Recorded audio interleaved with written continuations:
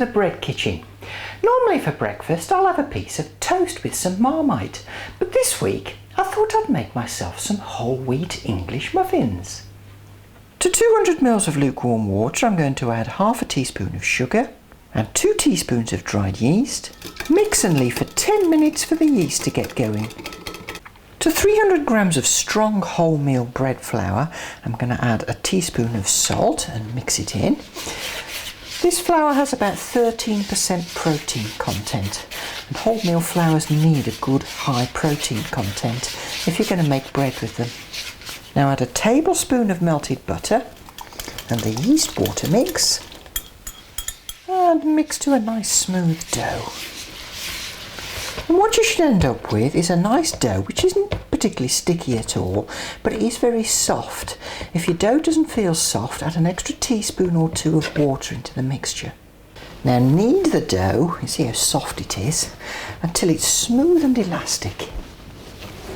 Been kneading this dough quite energetically for about 10 minutes now, so I'll pull it into a ball, pop it in a lightly greased bowl, cover and leave in a warm place to allow the dough to about double in size. My dough's risen really quite well, so I'll just turn it out onto this surface, knock it back to punch any gas out, and then bring it all together into a nice ball. Now I'll roll it out to about ½ an inch thick. Then I'll use a 3-inch cookie cutter to cut out some discs. Pull up the unused dough. Then I'll put the discs on this baking tray, which I've sprinkled some semolina, or you could sprinkle on some rice flour if you prefer. Now roll out the leftover dough to ½ an inch again. Cut another circle. By the way, I find a flat spatula like this is very good for getting the muffins off the surface if they stick. And I should be able to get one more muffin out of the dough.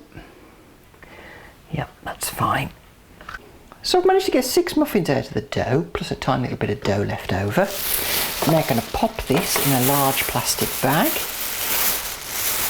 Now leave these in a nice warm place for about an hour to prove. After about an hour they should have risen. Sprinkle the tops with a little semolina or rice flour. Then transfer to a frying pan or a flat pan over a medium-low heat. Cook them in batches for about 5 minutes on the first side.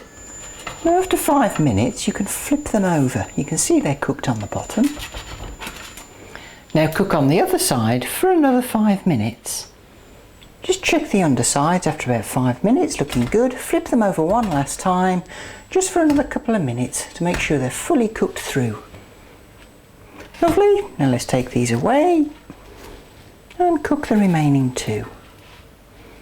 Split in half, toast lightly and smother with butter. Oh, and Marmite of course. They're nice and soft inside, and the secret is to make sure the dough is soft but not too sticky, and also don't be in a hurry to cook them as well, slow and gentle.